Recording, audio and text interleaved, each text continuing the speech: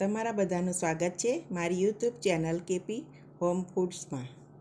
આજે આપણે બનાવીશું દૂધીના મૂઠિયા। દૂધીના મૂઠિયા બધા જ બનાવતા હોય છે, પણ બધાની રીત અલગ અલગ હોય છે। તો હું કેવી રીતે બનાવું છું તે તમારી સાથે શેર કરું છું। તો ચાલો આપણે રેસીપી શરૂ કરીએ। આ દૂધીના મૂઠિયા બનાવવા માટે મેં અહીંયા રીંગણી છાબડું લીધું છે। તેમાં 1.5 વાડકી ઘઉંનો કકરો લોટ લઉં છું।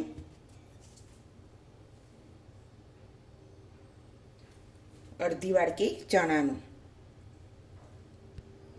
તો અહીંયા આપણે મસાલા માટે 2 ચમચી આદુ મરચાંની પેસ્ટ, લસણ ખાતા હોય તો નાખવાનું, અડધી ચમચી વલિયારી, અડધી ચમચી જીરું, 1 ચમચી જેટલા તલ, સ્વાદ પ્રમાણે મીઠું, અડધી વાડકી દહીં, ગરપણ માટે 1 ચમચી જેટલી ખાંડ, 2 વાડકી જેટલી છીણેલી દૂધી,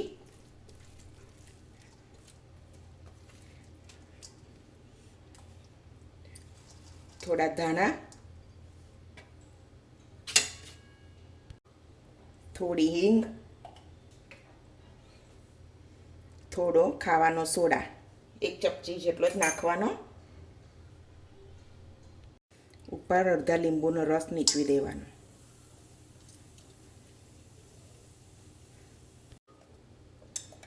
અડધી ચમચી ધાણા જીરું, અડધી ચમચી હળદર, અડધી ચમચી લાલ મરચું, અજમો થોડો હાથેથી મસળી લેવાનો। બધા મિક્સરને મિક્સ કરી લેવાનું। પાણી ઉમેરવાનું નથી, આટલામાં જ લોટ બંધાઈ જશે।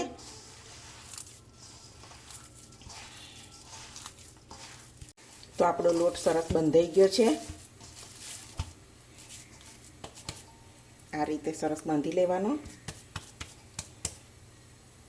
તો આપણે મૂઠિયા માટેનું સ્ટીમર મૂકી દીધું હતું, સરસ ગરમ થઈ ગયું છે। પ્લેટમાં પર તેલ પણ લગાવી દીધું હતું। આ રીતે આપણે બધા મૂકી દઈશું।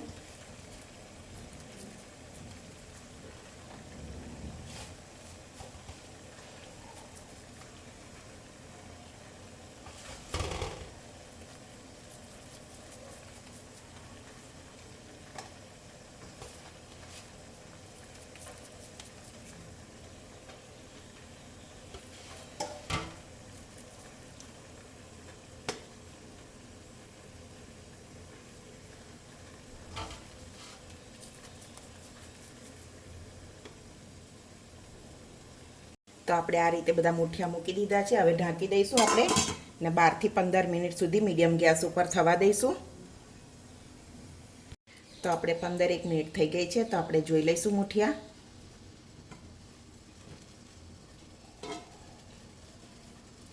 ચપ્પાની મદદથી આપણે જોઈ લઈશું। તો જો ચોંટતું નથી એટલે આપણા મૂઠિયા બરાબર થઈ ગયા છે।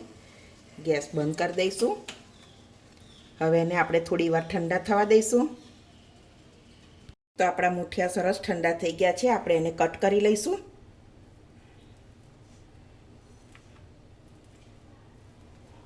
આ રીતે કટ કરી લેવાના બધા।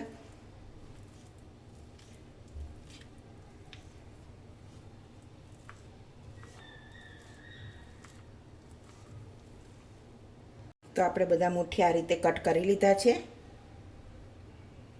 તો આપણે એક કઢાઈ લઈ લીધી છે, 4 ટેબલસ્પૂન જેટલું તેલ લઈ લઈશું। તેલને ગરમ થવા દઈએ। તો તેલ ગરમ થઈ ગયું છે। 1 ચમચી જેટલી રાઈ, અડધી ચમચી જીરું, 4-5 કરી લસણની, 2 લીલા મરચાં, થોડી ચપટી હિંગ, બરાબર સાતરી લેવાનું। 1 ચમચી જેટલા તલ ને મીઠા લીમડાના પાન બરાબર સાથે કરી લેવાનું સરસ।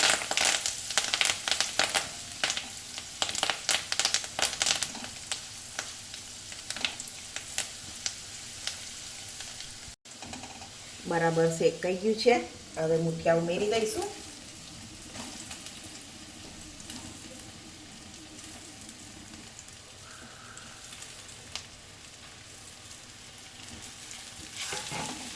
બરાબર મિક્સ કરી લઈએ.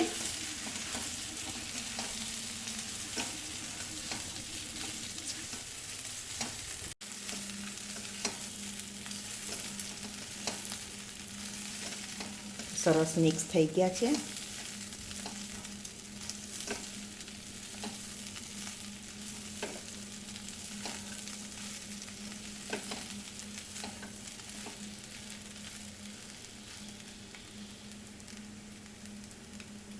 તો આપણા મસ્ત દૂધીના મૂઠિયા બનીને રેડી છે. ઉપર ધાણા ઉમેરી લઈશું.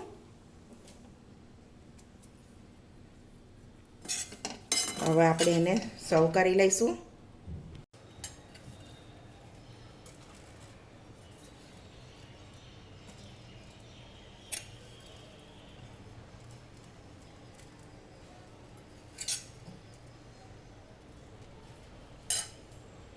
તો આપણા દૂધીના મૂઠિયા તો બધા જ બનાવતા હોય, પણ તમે પણ એકવાર આવી રીતે જરૂરથી ટ્રાય કરજો અને મને કોમેન્ટમાં કહેજો કે કેવા બને છે. તો જો મારી રેસીપી તમને ગમતી હોય તો મારી વિડીયોને લાઈક કરજો, ચેનલને સબસ્ક્રાઈબ કરજો, તમારા ફ્રેન્ડ જોડે શેર કરજો. તો ફરી મળીશું એક નવી રેસીપીમાં. ત્યાં સુધી જય શ્રી કૃષ્ણ.